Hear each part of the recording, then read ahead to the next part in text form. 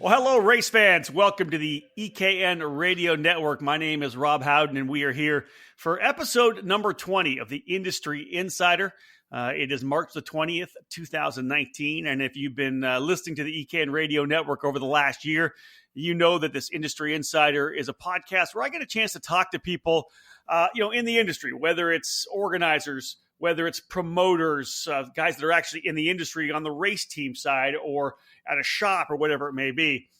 Anytime we come to the Industry Insiders early in the season, January, February, March, it's the lineup of people we talk to normally is focused on promoters and organizations because we're trying to give you guys the preview, what's happening, because the season's getting underway. The Superkarts USA Winter Series and Pro Tour got going.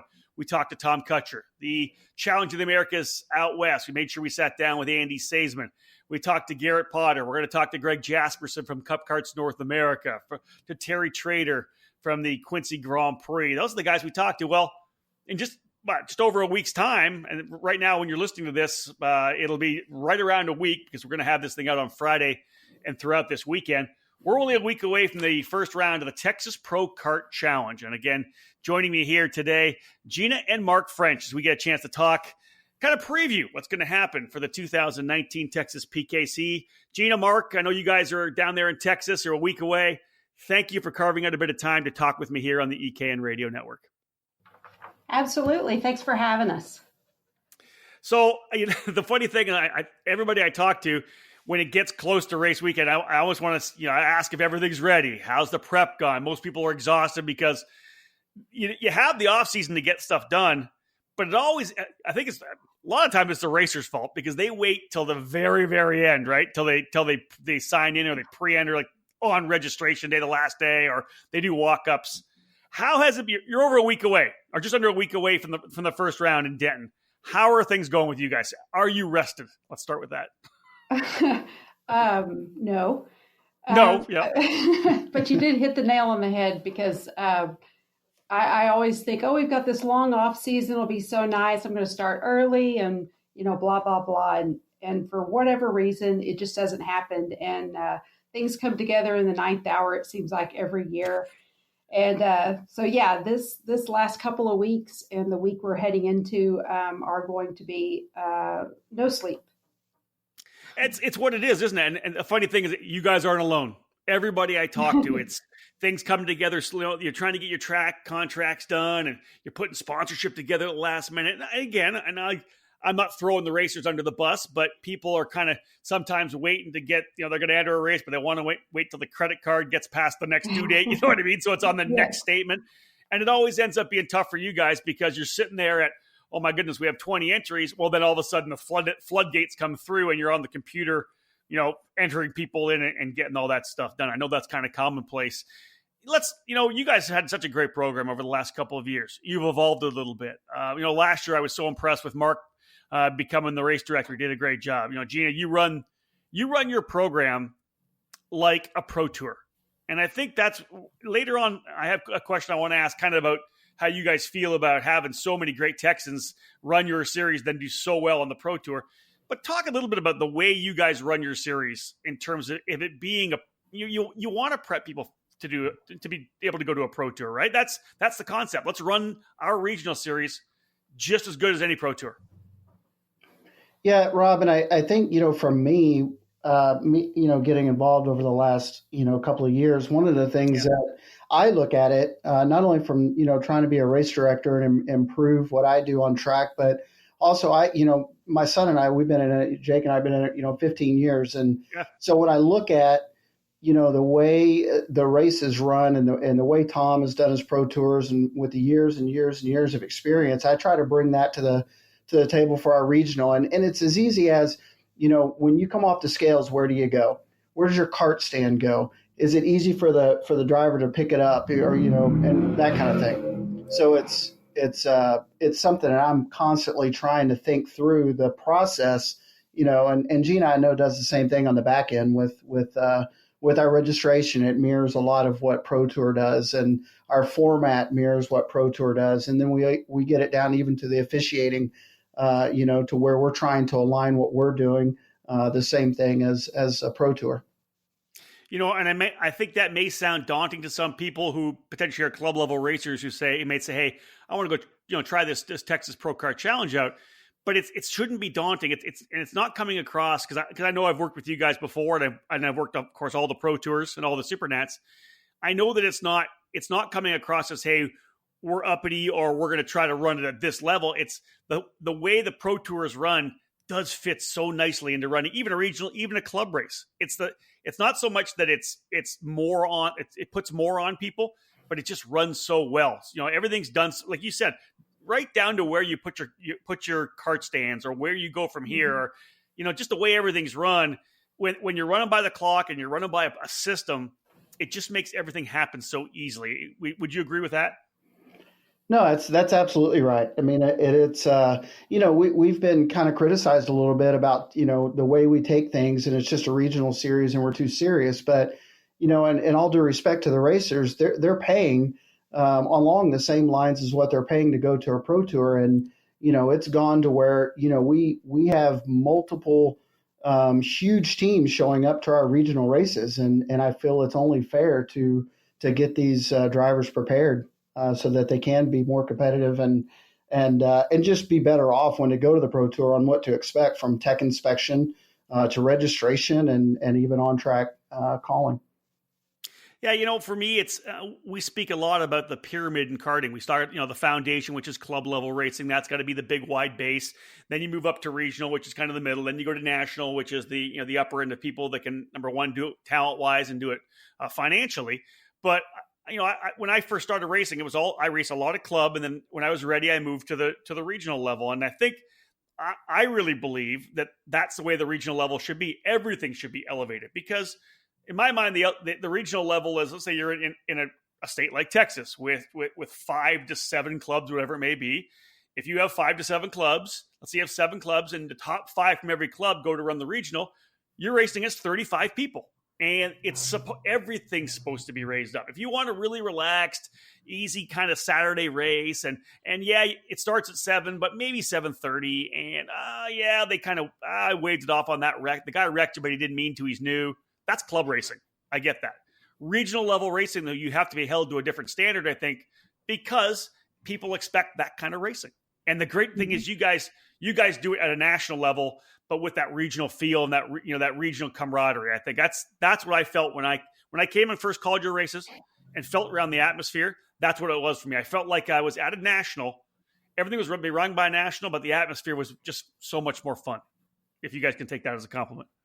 No, absolutely. No, I really appreciate that. And I know it's intense, and I know our racing's intense and it should be because of the caliber of racers. But with that said, we also, know that there's Gina does, pays special attention to people that have never raced our series before.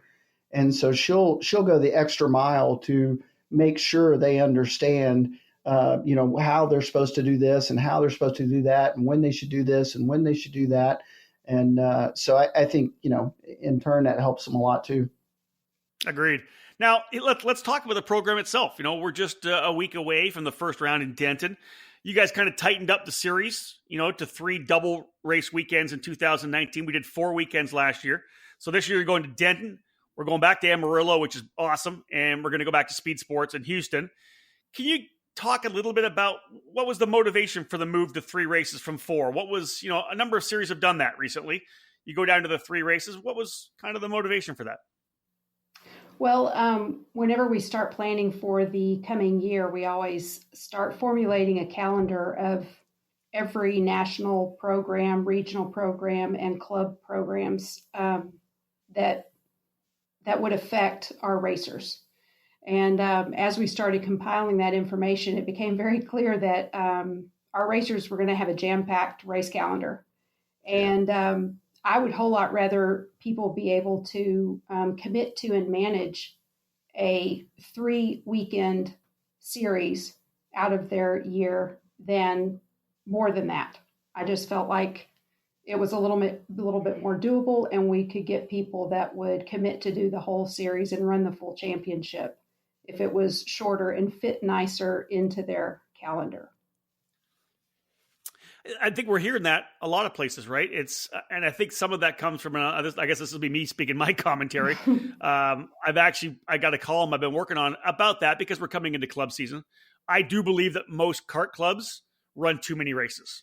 I think they run races where they think their club drivers aren't going to go anywhere else. So let's do 12 or 14 or whatever races.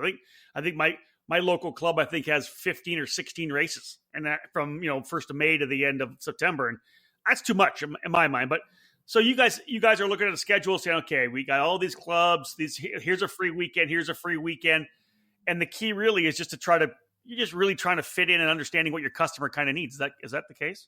Yes, very much so. So how has that been? How's the feedback been on that? I love the venues. Denton's that iconic track that's been around forever. It's had major IKF races, major SKUSA races, major Rotax races. Amarillo, you guys kind of opened the gate on that one, pulled the curtain back on that amazing track in West Texas. And then, of course, the Speed Sports Racing Park in Houston's become kind of the jewel down there, one of the jewels of Texas karting. How has the feedback been from your customer base? I think for the most part, it's all been very positive. One of the things we were hearing, last year was 2 double headers, and then the spring and fall races were just single events, single race events. And the feedback we'd get from the big teams was it's a lot to ask of them to come and set up all of their stuff and everything for, a practice day and a race day. And so hearing that and then looking at the schedule and, 2019, how it was playing out on the calendar, it just made sense for us to do double headers all the way through and make it nice, sweet package into 3 weekends. Yeah, I remember, Gina, when we talked about it, it was kind of the idea that in those, that first race and last race we were going to try to do it so that people wouldn't have to be at the track on Friday, right? Mm-hmm. You're in school, so let's just do it. I get that. It's you're balancing off that side of people being in school, or you drop one race and do full weekends for the teams. I get that for sure.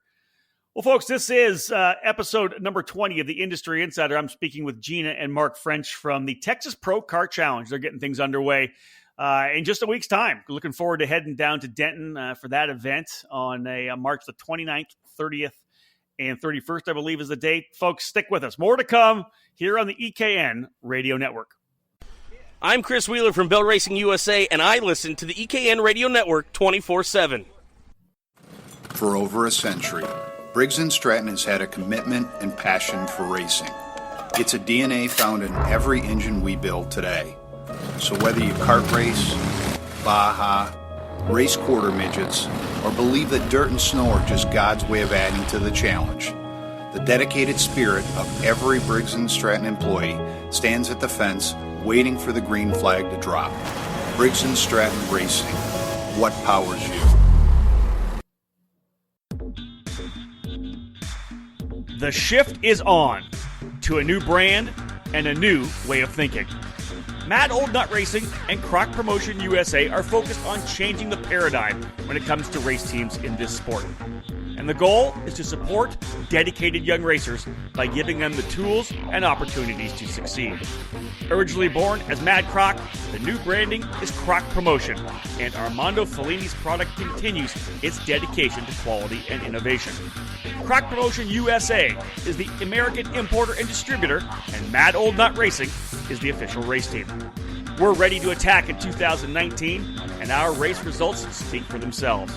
AJ Myers swept the first 4 Winter Series shifter kart races of the year, and Andrew Bedozzo continues to assert himself as an emerging player.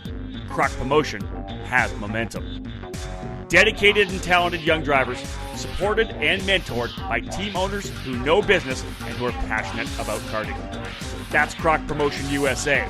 That's Mad Old Nut Racing. Search for us on social media and give us a follow. California karting is about to heat up once again because the Superkarts USA California ProKart Challenge is ready to kick off their 2019 season. The opening round of this year's PKC will take place on March 30 and 31 at Buttonwillow Raceway Park. The chase for the championships will get underway. Registration is open now. From there, the PKC will head to CalSpeed in June, Monterey in July, Santa Maria in early September, and then it will cap off at the Streets of Lancaster Grand Prix on September 28-29. All the SKUSA classes are on the dance card, including Micro and Mini Swift, KA100, X30, Stock Honda, and the new Pro Shifter 1, Pro Shifter 2, and G1 Gladiator categories for the new IAME SSE 175cc shifter engine. For more information, head to superkartsusa.com. We hope to see you at the track. Hello, karting fans. This is AJ Myers, and you're listening to the EKN Radio Network. Welcome back to the EKN Radio Network. My name is Rob Howden, joined by Gina and Mark French from the Texas ProKart Challenge, one of our industry insider interviews as we kind of talk about the new season of the Texas PKC. Guys, let's talk a little bit about the evolution of the class structure, because I think that's interesting for 2019. And we've watched Texas kind of evolve from what it was, 15, 20 years ago. You got, as a family, the Frenches have been involved with it as well. You guys came through the tag cadet and then the S5 and then the S2 and S1 kind of things with Jake. So you guys have been through a lot of the evolution.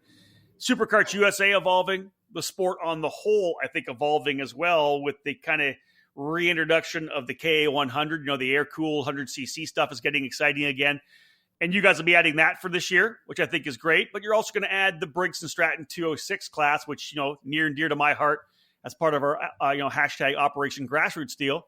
Speak a little bit to me right now and the listenership about, the evolutions you guys made, moving into the KA program and the late call to bring in 206, which I think is great. Well, the KA was, a natural move because being a step in the ladder to SKUSA Nationals, we want to include the classes that they focus on at the national level. Haven't really heard much talk of, don't know really what to expect in those areas. We watched the Winter Series in Florida and then the first Pro Tour, and a little on the light side, I would say. So it may take a little time to grow those two KA categories here in Texas. And then the Briggs was a late decision, and one that Mark and I have really said no to for a few years. We're asked repeatedly, just immense asking to run LO, and we just didn't ever really feel like it fit our program. But the popularity is there, and they're running it in Lancaster under the PKC, and have had good turnout with that. And I know that we've got a lot of Texas 206 racers, and so we just kind of bounced that ball back and forth, and then just decided let's just do it. And been working with David Klaus with Briggs, and he's been great. Good people. Yeah, really helpful. Yeah. Excited about the addition. So I think it'll be a good one. We've already got several entries in those classes, so we're excited about it. The funny thing is, and I like that myself, and I agree with you that the KA100's got to evolve still, and we saw that. We saw some great numbers at the Supernats, but that's the Supernats. It's people from all over the country coming in. It's some older guys like Stephen Barrows who end up winning the race, buying a cart to race, and then selling it afterwards. He's already sold that cart. So it was kind of a one-off, right? It was kind of an island thing where you really couldn't look at that, the Supernats, as a real indicator of what was going to happen. It's growing everywhere. It's just going to start picking up speed, and I think it'll do the same thing in Texas with KA100. For me, the Briggs thing I find very interesting because you guys talked about, and we've had this conversation that you were kind of holding off on a little bit. But as a true regional Texas regional program, you want to provide the classes that your regions are on. Maybe people, the clubs in your region. And for me, it's really weird to me because I know that a lot of people, there's guys that run 2-cycle that look down on 4-cycle as it's not fast enough for me, whatever it may be. When I started, I was 27 when I first started in 95. When I was doing that through the 90s and everything, everybody that ran in Ontario, if you were a junior, you ran Honda 4-cycle for us, and you ran like JICA, or you ran whatever. Like people ran both. You ran 4-cycle and 2-cycle. Everybody did. That was, guys would run Honda 4-cycle and shifter because One you were supposed to be smooth, all about momentum, and one was the hardcore racing kind of deal. So I like it. Are you thinking you're going to see some double duty like I would have saw in Canada back in my day, and still today? Still nowadays, they still run both classes. Yeah, we're already seeing that in some of our entries, and we look at a lot of these up and coming junior racers specifically. They race their LOs at the club level and around Texas. So we're already seeing them pull some double duty. So yeah, I think so. I think you'll definitely see it. Well, for one thing, it's easier on the body. We've seen guys try to run, KA and X30. So that's a little rougher. You can run X30, senior or junior or KA or whatever, and then go to 206. It's going to be a little easier on your body. I can attest to that, to be honest with you. But I like it. I think it's a lot of fun. And you know what? When we talk about KA 100 and the 206 program with you guys, I think it's a perfect segue. Let's bring in the fact that you guys are having a brand new event. P1 Promotions, your company, is going to be promoting a new event at Circuit of the Americas, the KA LO Cup, which is essentially KA 100 and LO 206 for Briggs at two of the fastest growing categories in the sport right now at the newest kart track in the country at a Formula One facility. Talk a bit about right now. Let's roll out the KA LO Cup. Yeah, it's extremely exciting. It's kind of funny. Gina was bouncing names off when we started putting this together, and we have a really good relationship with the guys down at COTA, specifically the kart track there. And Gina came up with the KLO Cup. It's so fitting. We actually helped the Margay Ignite guys. We helped put on that or help that event out. So we've seen the LOs and the KAs already run there. And I can tell you, it's extremely exciting. It's a great track for those two karts, and we really look. It's going to be a big event. We've already had a lot of interest, and I think it's going to be really big. Can you give us the dates? Give us a little overview yet? Do you know? I know you know the dates, but is it? I don't know. Is it a 2-day race? I saw it, but let's get an update on the whole race itself. Yeah. So the date is June 13, 14, and 15. Okay. And it will be a Friday, Saturday, Sunday. Friday will be an all-day practice, and we're still putting together. And I'm using air quotes here that nobody can see, but a very unique race format that will allow these racers to get a plethora of track time from racing all the way to practice and everything. So COTA's been kind enough to pretty much give us their kart track for 3 days, and we're going to take full advantage of that with a lot of racing. I like that. I like the air quotes, and I like the fact you're doing something different. Anytime you can have something unique, I think people love that. And one of the things I talked about when I know that COTA has gone to the pure Ignite program with their 206 stuff, and people kind of got a little fired up about that. Man, we should be able to go race there. The beauty about COTA is they're going to bring people in the rental program. They're going to get them into the Ignite program that are going to run there. And those racers are all going to end up wanting to race somewhere else.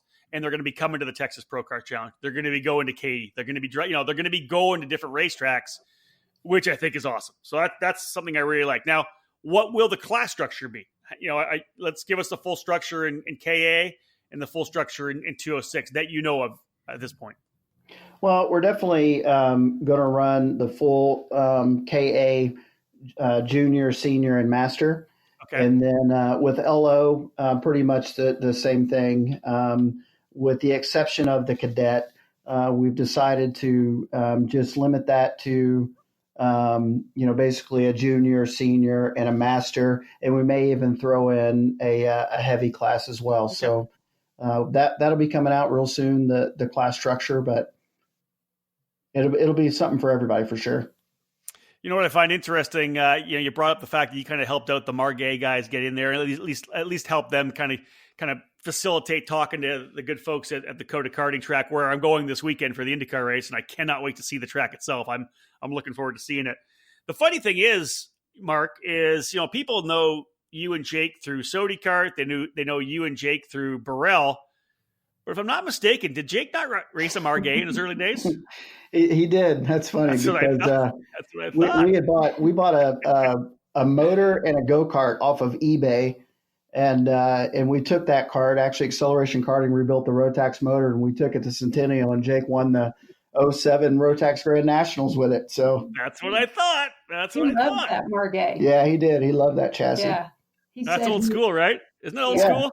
Well, it was great because no one could borrow parts from it because it was all American. So there was no sharing of axles or wheels or anything like that. We were the only one on it, so that was kind of fun. I remember that weekend at Centennial as well. That was a good weekend. We had some. It was fun. We packed that. There wasn't a lot of pit space. I remember that. We had the thing jam packed pretty good. That's right. Here's one thing I want to talk about. Obviously, I'm super excited to get back down there with you guys, Denton, Amarillo, and of course, in Houston at Speed Sports. And we've talked about this, and I think it's worth talking about here in the podcast, the interview as well, is the fact that I don't know what's in the water down in Texas, or obviously you guys know, you guys put on such a fantastic program, but it's like a constant stream of tremendous drivers. You can even go back to the days of the guys coming out from the IKF program, the SKUSA program in the early days, right? The Trevor McAllisters, the Kyle Martins, Gary Glanger, Colin Lynn. So many great drivers in the early days coming out of Texas. And then just recently, since the initial part of the Texas ProKart Challenge, then with you guys, it just seems like Texans come out and they go to the national level, and it's just unbelievable. And I know you guys must have been proud watching the recent SKUSA Pro Tour race when I think it was pretty sure it was three. There's three Texans, I think, on the podium at one point in one of the categories. And even Tyner getting his first win in junior. Yep. And if we go back to the Florida Winter Series, the Ilifs, doing so well in podiums, and these are true drivers that have come up through the Texas ProKart Challenge that have now gone on. It literally gives me chill bumps right now to talk about. I bet. It does. It's absolutely awesome. Yeah, Jack and Oscar Ilif both performing extremely well at the Winter Nationals in Florida as well. But again, that speaks to what you guys are trying to do, right? You're not just running a relaxed, hey, come on out, it's a regional program, we're gonna have some fun. It's super. This is more of a, hey guys, come out here and we're going racing, and we're gonna teach you guys how to do it right. We can't teach you how to be race car drivers. We can't teach you how to race in terms of actually what to do. But we can teach you what kind of officiating you're going to deal with. We can teach you exactly what kind of tech you're going to deal with, what you're going to deal with infrastructure. And I think that's going to raise everybody's bar, and it does raise everybody's bar. That's what it is. When these guys and girls go to a major event, it's not a shocking deal for them, right? They're not shell shocked. They're comfortable when they get there. Hey, it's like I'm at a Texas ProKart Challengers. I'm ready to go. And I'm sure you said you got chill bumps. You must just feel so good seeing that happen. Yeah, it really is. And Gina had a list of drivers that competed in the Pro Tour and in the Winter Series that come out of Texas ProKart Challenge, and it's staggering. I mean, in the upper 30s of drivers as recent as last year competing. So it's pretty awesome. Folks, stay with us. We got one more segment to come when we get back here. Again, this is the Industry Insider, March 20th, 2019. My guest today, Gina and Mark French from the Texas ProKart Challenge, the program that will get rolling in the final weekend here in March. Stay with us. More to come on the EKN Radio Network. I'm Jake Craig, and you're listening to the EKN Radio Network.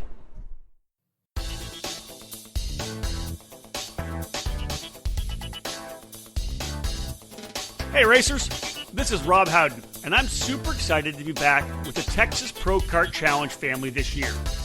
Gina and Mark French have put together a perfect 3-weekend series after listening to their racers. And we're heading to Denton at the end of March, then the incredible track at Amarillo in July, and we'll cap it off once again at the Jewel Houston Karting Speed Sports Racing Park in mid-September. Get these Texas PKC dates on your personal racing calendar, and I'll see you there.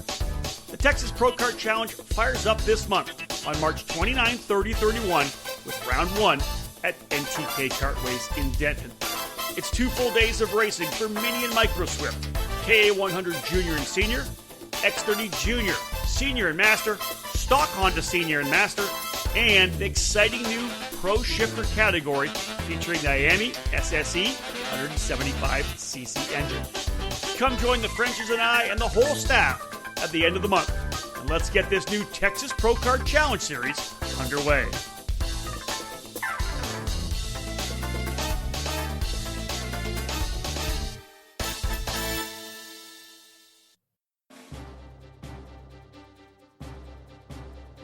Are you ready to go racing? Trinity Karting Group is fired up and ready to take up that challenge.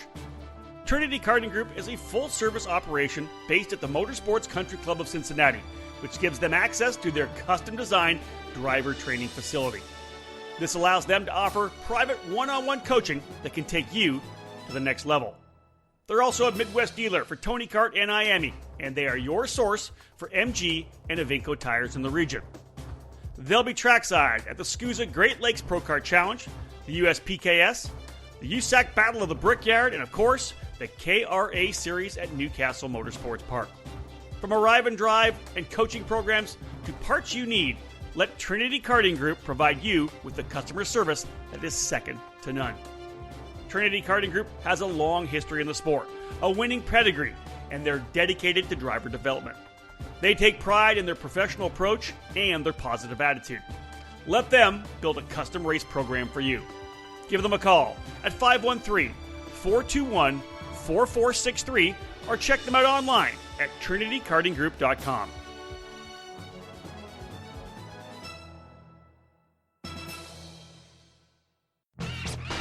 Attention karters of the Midwest. Superkarts USA is back. SKUSA is returning to its roots with the launch of the new Great Lakes ProKart Challenge. It's 4 events at 3 great venues: Indiana, Illinois, and Wisconsin. Newcastle Motorsports Park, Concept Haulers Motor Speedway, and Road America. This is your chance to run all the SKUSA categories in X30, KA100, Mini, and Micro Swift. And of course, it's SKUSA where SKUSA was born, so the shifter karts will be front and center.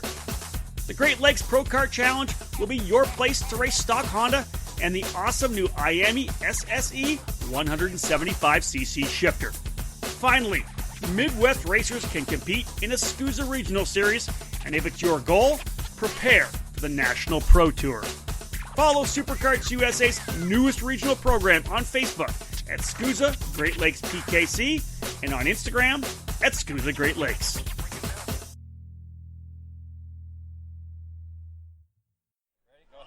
This is Jim McKinney, and you're listening to EKN Radio Network 24/7.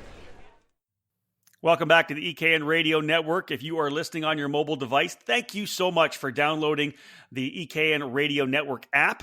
If you're, of course, listening either through a podcast that's downloaded to iTunes or Google Play, or through the actual website at ekartingnews.com/radio, please jump on over to iTunes, Google Play, get that app downloaded to your mobile device 24/7, 365.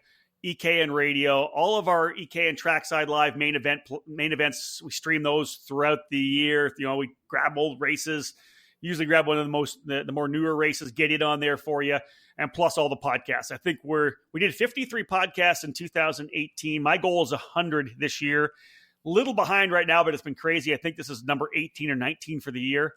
But again, looking to try to get at least between 90 and 100 in 2019. So a lot of cool stuff coming. And in fact, we're just so you know, you'll hear it first, we're actually going to try some live stuff this year too, maybe even some live call-in shows, and we're going to have fun with this radio network. We appreciate it. All right, guys, Mark and Gina, let's talk a little bit more about the evolution of what you guys are doing with Texas. You're always trying to get sponsors, trying to get supporters. Can you talk, do you have anybody new that you've brought into the program for 2019? We do. We have secured Stilo USA. They've come on board as a class sponsor and Nice.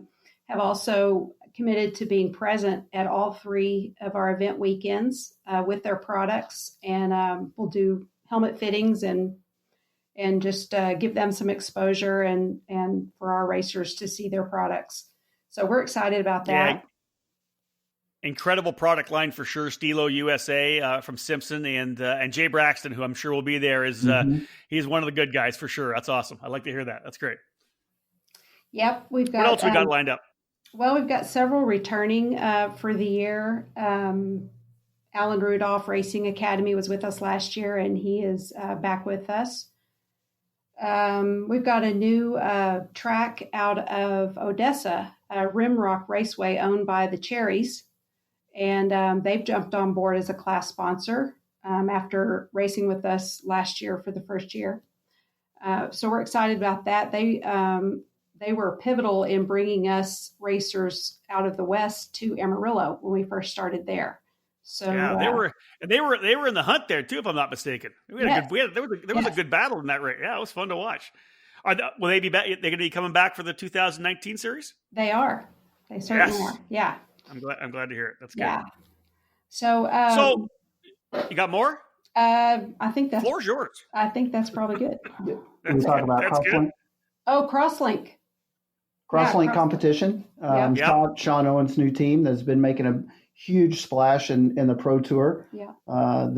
They've come on. And as well as nuclear imaging. Nice.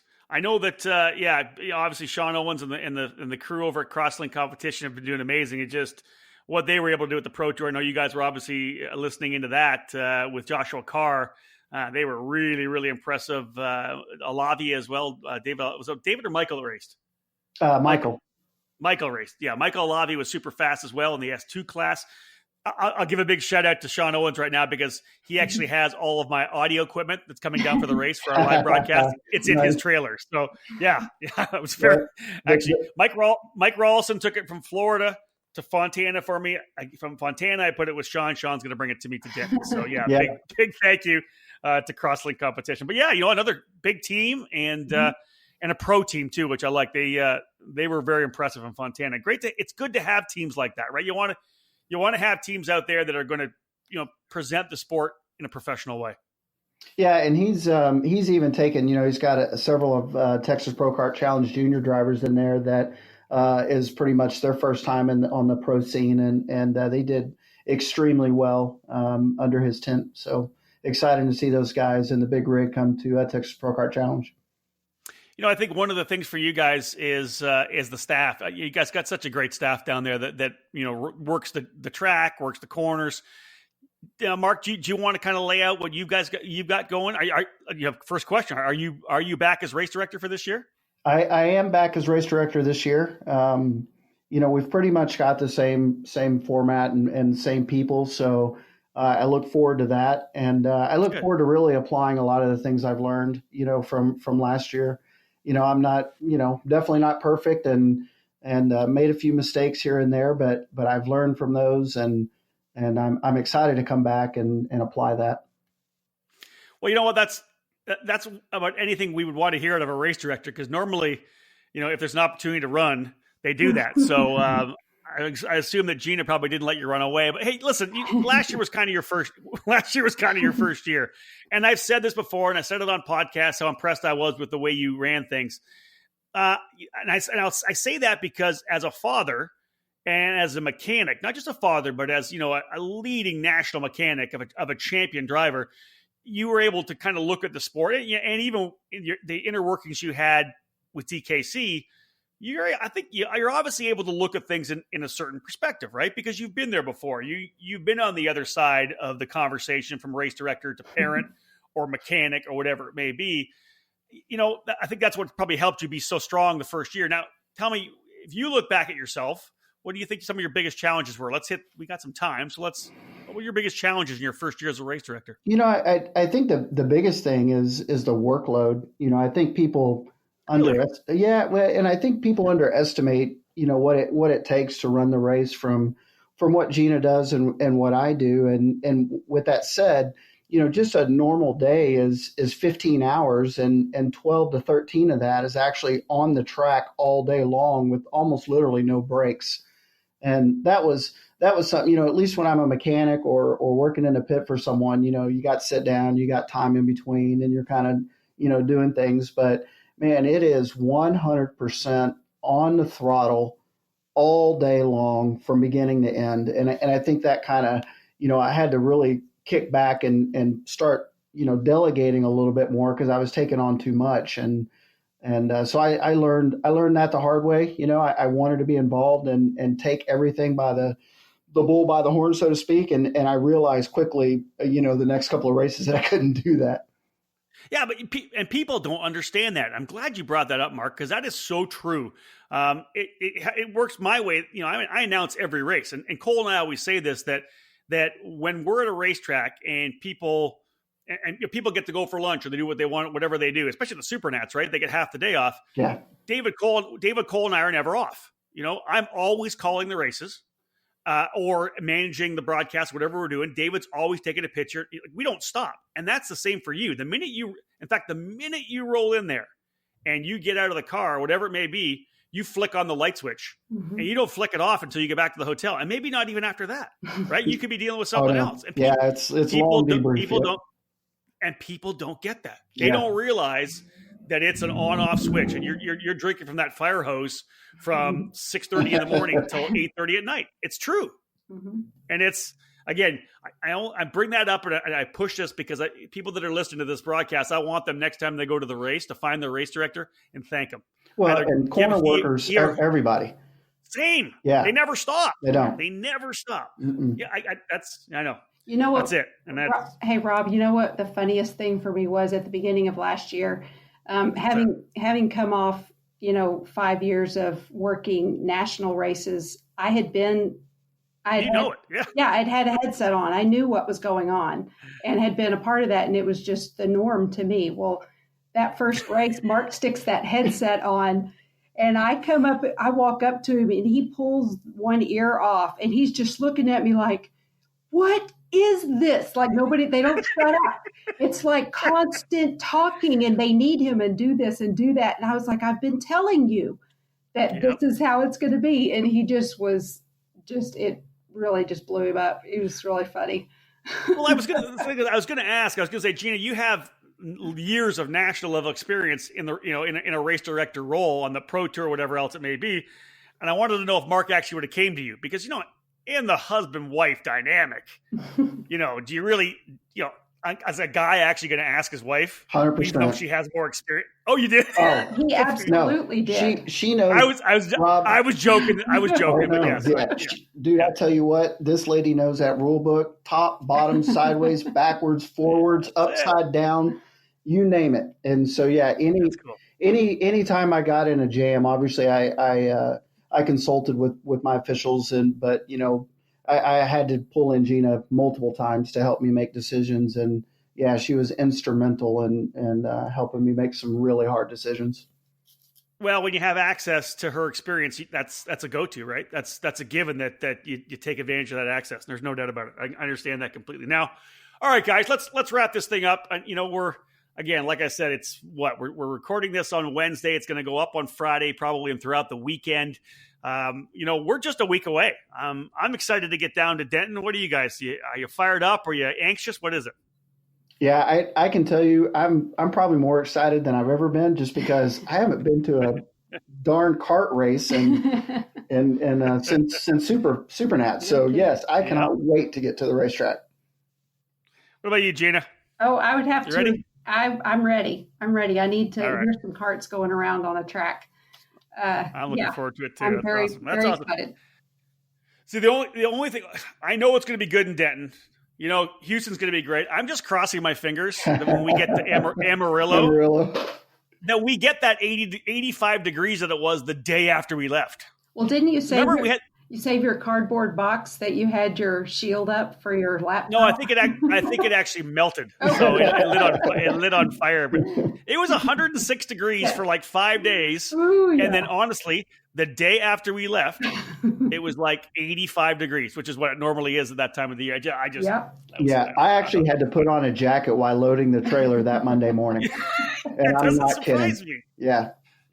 It was, but let's cap off with that. And I think that you guys, the first time you guys went there was one thing. Last year, of course, we drew some people from Colorado and some guys coming in from California. I hope we get more people coming because that track was just something special. You fly in over top of coming to Amarillo, and it's, like I said, it's like the Field of Dreams, right? It's like Kart Track of Dreams. Somebody builds this track in the middle of Amarillo, this replica of the Formula One track in Istanbul, Turkey, and damn, did it ever race good last year. It was fun it was hard to call it from ground level, but man, it was fun to call. There was some great racing there.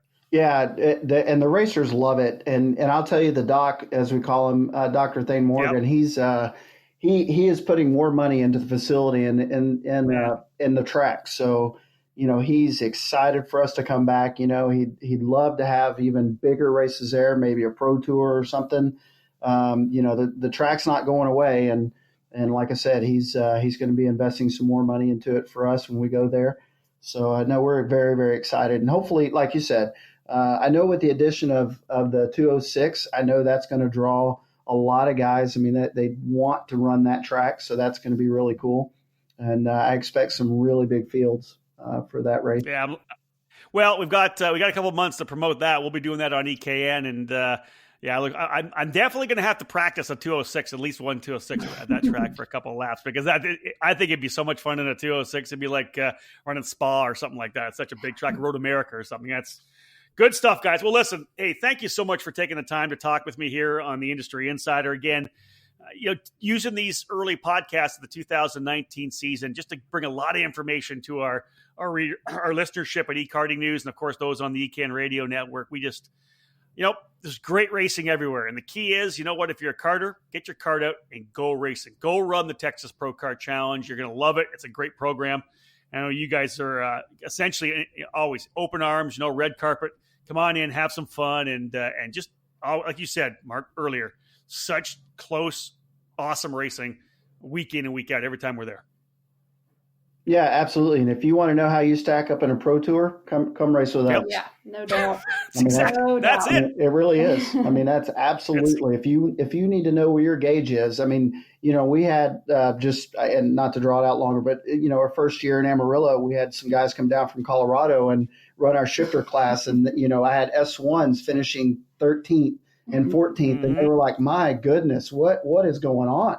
It's like, well, look at who was it last year? It was Max Hewitt and David Hosey and Hosey, right? Yeah, absolutely. And they were fat. Blair Hosey and Blair Hosey. It was Max and Blair, and they were right there, third and fourth, behind the big dogs, but ahead of a lot of S1s. It's you guys got some great drivers there. I'm telling you. Absolutely. And I'm looking forward to this year. It's gonna be a lot of fun.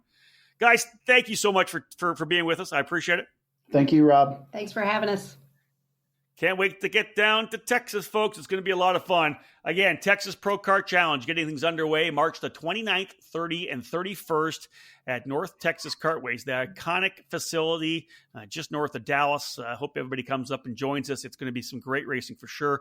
That'll be followed by Amarillo, and then the season finale at Speed Sports Racing Park in Houston. Folks, we're all done here for this edition of the Industry Insider. On behalf of Gina and Mark French, everyone from the Texas ProKart Challenge, hope to see you down in Denton. My name's Rob Howden. Bye for now.